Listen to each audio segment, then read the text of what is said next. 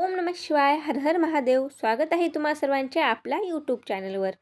तर येत्या 24 ऑगस्ट वार सोमवार रोजी आलेली आहे पुत्रदा भागवत एकादशी.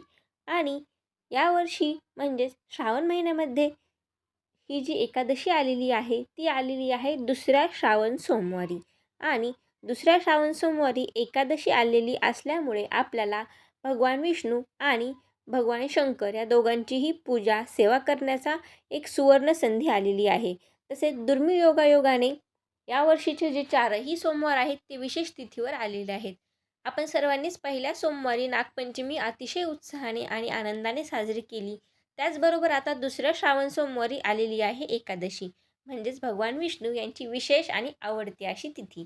तर या दोनही एकादशी आणि सोमवार सोबत आल्यामुळे बऱ्याचशा भक्तांना आणि बऱ्याचशा महिलांना व जे काही भाविक भक्त आहेत त्यांना प्रश्न पडला आहे की आता हे दोन उपवास कसे करावे. म्हणजे श्रावण सोमवारचा उपवास जर करायचा असेल तर मग एकादशीचा उपवास सुटतो. एकादशी करावी तर मग श्रावण सोमवारचा उपवास घडत नाही. तर मग अशा वेळी नक्की काय करावे हा प्रश्न खूप जणांना पडला आहे. तर आता पूर्वी पण अशा अनेक वेळा प्रसंग आले असतील, म्हणजे आपल्या घरामध्ये किंवा आपल्या आजूबाजूला गावात जे काही वडीलधारी मंडळी राहतात त्यांच्या वेळेला अशा अनेक तिथी किंवा मग असे अनेक उपवास एकत्र आले असतील. त्यावेळेला त्यांनी ते उपवास कसे सोडले असतील हे तुम्ही त्यांना विचारू शकता.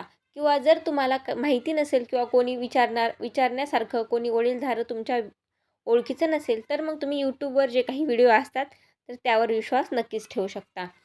आता प्राचीन काळामध्ये देखील असे उपवास सोबत आले होते. त्यावेळेला काही उपाय त्यावर काढले गेले होते. आता दुसरा श्रावण सोमवार आणि एकादश एकत्र आली आहे.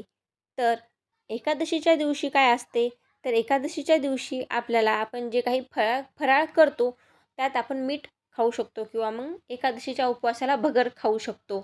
आता जो श्रावण सोमवारचा उपवास असतो तो बऱ्याचशा घरांमध्ये व बऱ्याचशा ठिकाणी गोड पदार्थ खाऊनच केला जातो. म्हणजे श्रावण सोमवारी कोणत्याही प्रकारचे मिठाचा वापर फराळामध्ये केला जात नाही. फक्त एकाच वेळा मीठ खातात, ते म्हणजे उपवास सोडत असताना. त्यामुळे सोमवारी गोड पदार्थच खाल्ले जातात. तर मग अशा वेळी तुम्ही काय करू शकता, जर तुमच्या घरामध्ये श्रावण सोमवारचा उपवास हा फक्त गोड पदार्थ खाऊनच केला जातो, म्हणजे गोड फराळाचे पदार्थ खाऊनच केला जातो आणि उपवास सोडतानाच फक्त मीठ खात असतात. तर मग अशा वेळी तुम्ही काय करू शकता, एकादशीच्या दिवशी संपूर्ण दिवसभर म्हणजे एकादश आणि श्रावण सोमवार संपूर्ण दिवसभर तुम्ही फराहार करू शकता, गोड फराळाचं खाऊ शकता. परंतु ज्यावेळेला तुम्हाला सोमवारचा उपवास सोडायचा असतो त्यावेळेला मात्र तुम्हाला मिठाचे फराळाचं खायचं आहे. म्हणजे मीठ टाकलेलं जे फराळाचं असतं तर ते तुम्हाला खायचं आहे, जेणेकरून की तुमचा जो उपवास असतो तो सुटेल. तर ही झाली पहिली पद्धत. आता दुसरी पद्धत जी आहे त्यामध्ये तुम्हाला काय करायचे आहे की संपूर्ण दिवसभर तुम्हाला श्रावण सोमवारचा उपवास करायचा आहे. म्हणजे जे काही फराळाला चालतं ते खायचं आहे. त्यानंतर ज्यावेळेला सोमवार सोडायची वेळ येते, म्हणजे संध्याकाळी तुम्ही ज्यावेळेला सोमवारचा उपवास सोडणार आहात त्यावेळेला तुम्हाला भगर खायची आहे.